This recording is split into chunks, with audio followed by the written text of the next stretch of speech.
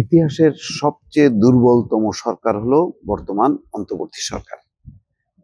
কথাটা কি ঠিক হলো? মানে এতই কি দুর্বল?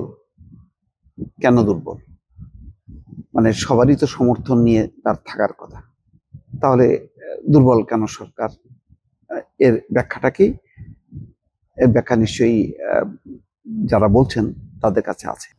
এই শিরোনামের যে খবরটি ইএনবি পরিবেশন করেছে তাতে বলা হচ্ছে, বর্তমান অন্তর্বর্তী সরকারকে ইতিহাসের সবচেয়ে দুর্বলতম সরকার আখ্যা দিয়ে 2025 সালের মধ্যেই জাতীয় নির্বাচন আয়োজনের আহ্বান জানিয়েছেন বিএনপির ভাইস চেয়ারম্যান আসাদুজ্জামান রিপন।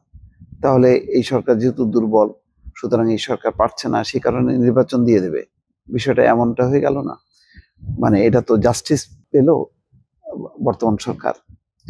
বুঝতে পারছি না ঠিক কেন এরকম হার্ড লাইনে কথা বললেন আসাদুজ্জামান রিপন। বুধবার জাতীয় প্রেস ক্লাবের জহুর হোসেন চৌধুরী হলে জিয়া শিশু কিশোর মেলা কেন্দ্রীয় কমিটি আয়োজিত এক আলোচনা সভায় আসাদুজ্জামান রিপন এই কথা বলেন।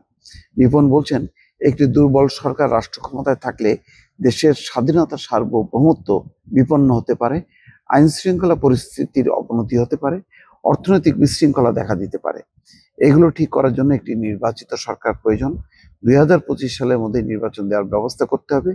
বাংলাদেশের সব সংকটের কারণ হলো নির্বাচন। হ্যাঁ, এটা ঠিক আছে, কিন্তু দুর্বল সরকার, এখন তো সরকারের একটা টার্গেট আছে।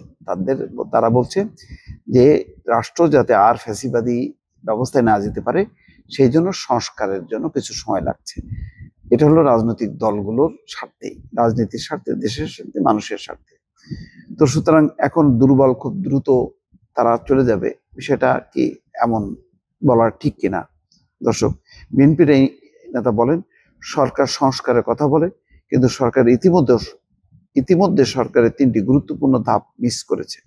নির্বাচন কমিশন পুনর্গঠন করার ক্ষেত্রে সংস্কারের যে উদ্যোগ, সেখানে তারা ভুল করেছেন। নির্বাচনে কোনো তারিখ দেয়নি, কিন্তু নির্বাচন কমিশন গঠন করে বসলো, অথচ নির্বাচন কমিশন সংক্রান্ত কোনো সংস্কারের প্রতিবেদনই আসেনি। দুর্নীতি দমন কমিশন নিয়ে আলোচনা হওয়ার প্রথম রিপোর্ট পেশ করার আগেই দুর্নীতি দমন কমিশন গঠন করে বসলো।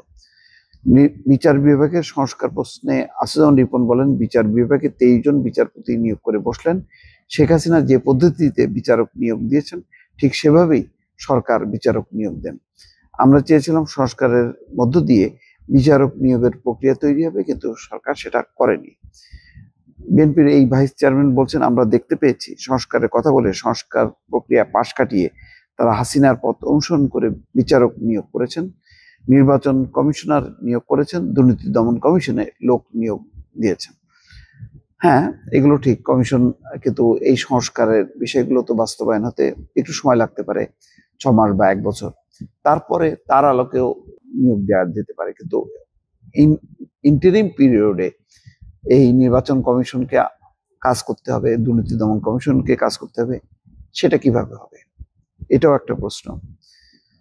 এই সরকার কতটুকু সংস্কার করতে চায় সেটি আমরা জানি না, কিন্তু সংস্কারের নামে বছরের পর বছর তারা যদি ক্ষমতায় আঁকড়ে থাকতে চায়, এটি বাংলাদেশের মানুষ গ্রহণ করবে না। যাই হোক, একটা রাজনৈতিক, অর্থাৎ বিএনপি যে বক্তব্যটা, সেই বক্তব্যটাই তিনি বলছেন যে তাড়াতাড়ি নির্বাচন হতে হবে। এটা অনেকেই মনে করেন যে সংস্কারের জন্য লম্বা সময় নেওয়া উচিত না, এটা একটা থিম।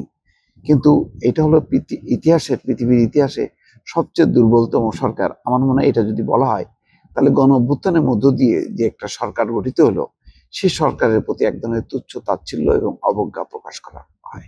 দর্শক, ভালো থাকবেন। আল্লাহ হাফিজ।